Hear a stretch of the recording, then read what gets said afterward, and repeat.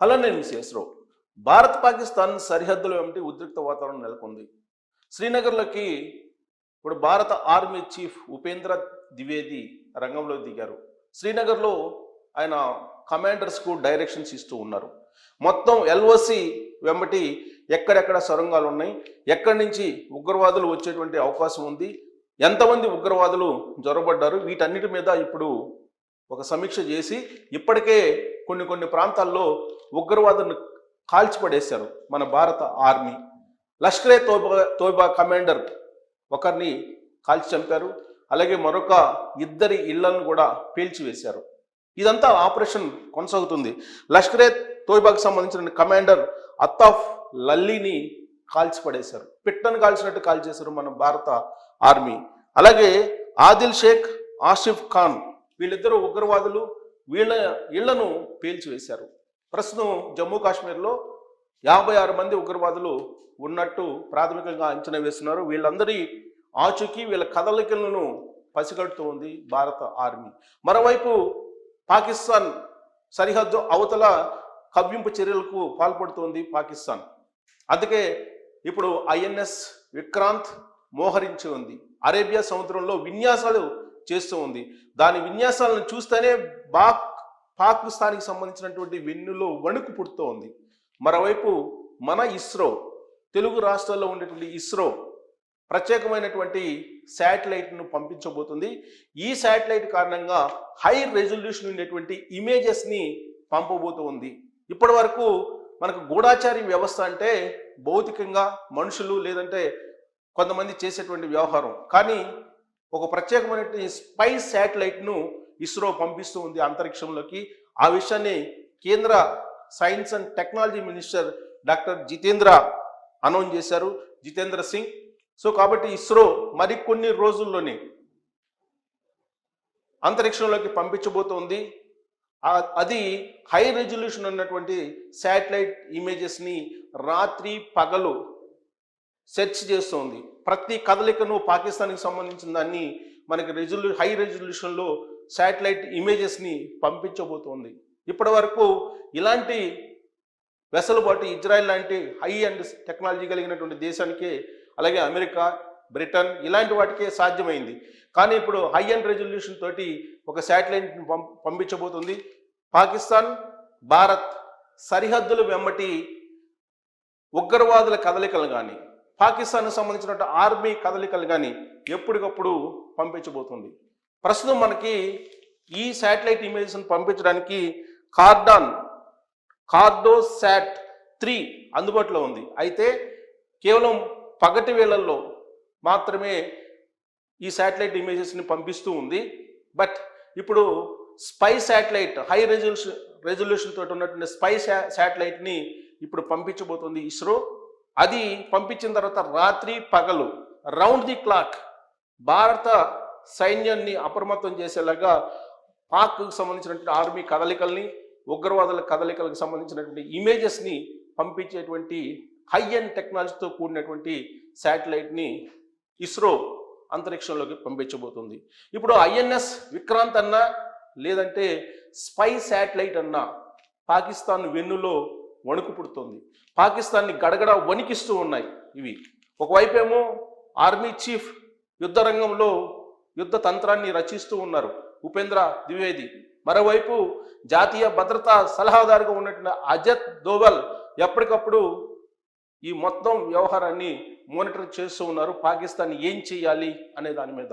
ఇంకోవైపు ప్రధానమంత్రి నరేంద్ర మోడీ, హోంశాఖ మంత్రి అమిత్ షా వీళ్ళిద్దరూ కూడా రాష్ట్రపతి ముర్ముతోటి సమీక్ష చేస్తూ ఎప్పటికప్పుడు ముర్ముతోటి అందుబాటులో ఉంటూ భారత ఆర్మీని పాకిస్తాన్ వైపు మోహరించేలా, పాకిస్తాన్ వైపు కదిలించేలా ఎప్పటికప్పుడు నిర్ణయాలు తీసుకుంటూ ఉన్నారు.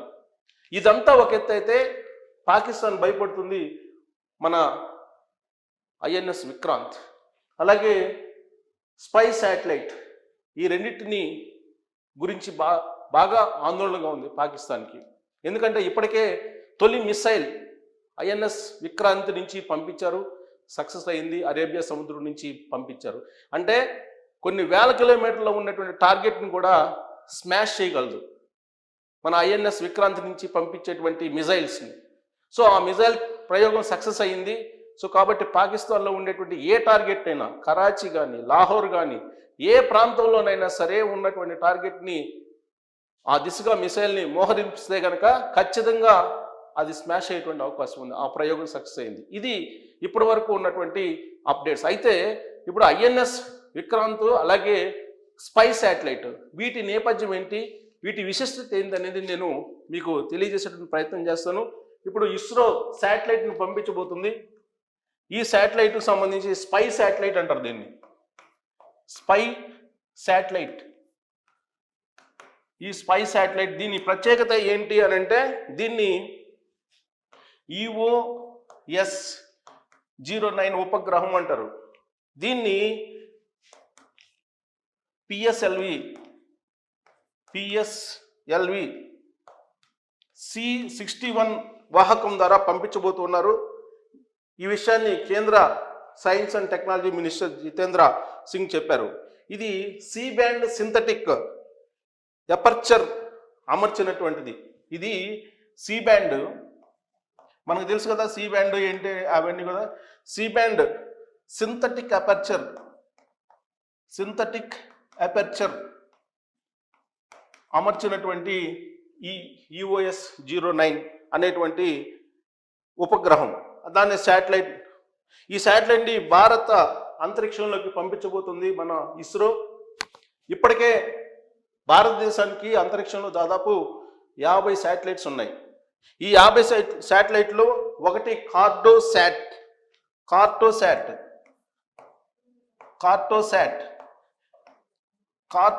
3. ఇది ఒక 1/2 మీటరు రెజల్యూషన్ తోటి ఉన్నటువంటి శాటిలైట్స్ పిక్చర్స్ని ఇప్పుడు పంపిస్తూ ఉంది. మనకి సరిహద్దుల్లో ఉండేటువంటి సమాచారాన్ని అందజేస్తూ ఉంది. లోయర్ ఎర్త్ ఆర్బిట్లో ఇది తిరుగుతుంది. ఇది ఈ లోయర్ ఎర్త్ ఆర్బిట్లో తిరుగుతున్నటువంటి ఇది ఒక హాఫ్ మీటర్ రెజల్యూషన్ తోటి ఉన్నటువంటి ఫోటోల్ని ఇప్పుడు పంపిస్తూ ఉంది. సో హై అండ్ ఇది ఇప్పుడు EOS-09 అనేది హై అండ్ శాటిలైట్. దీన్ని పంపించబోతున్నారు. దీన్ని పంపిస్తే మనకి రాత్రింపగళ్ళు మొత్తం భారత్ పాకిస్తాన్ సరిహద్దుల్లో ఉండేటువంటి సమాచారాన్ని చేరవేస్తుంది. ఇది ఈ శాటిలైట్, స్పై శాటిలైట్ యొక్క స్పెషాలిటీ. ఇక ఐఎన్ఎస్ స్పెషాలిటీ ఏంటి? ఐఎన్ఎస్ అనేది భారతదేశానికి మాత్రమే ఉంది. అమెరికాకు ఉంది, రష్యాకు ఉంది, ఫ్రాన్స్కు ఉంది, బ్రిటన్కు ఉంది, భారతదేశానికి ఉంది. ఈ ఐఎన్ఎస్ విక్రాంత్ అనేది హై ఎండ్లో తయారు చేసినటువంటిది ఒక భారీ యుద్ధ నౌక.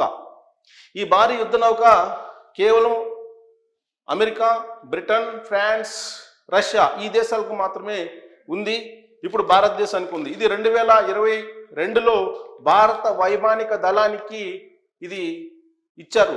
దీని యొక్క స్పెషాలిటీ ఏంటంటే దీన్ని 20,000 కోట్లతోటి నిర్మించారు. 20,000 కోట్లు దీనికోసం 20,000 కోట్లు ఖర్చు పెట్టారు దీనికోసం. ఇది దాదాపు 40 టన్నుల బరువుని మోస్తుంది. 40 టన్నుల బరువును మోస్తుంది ఇది.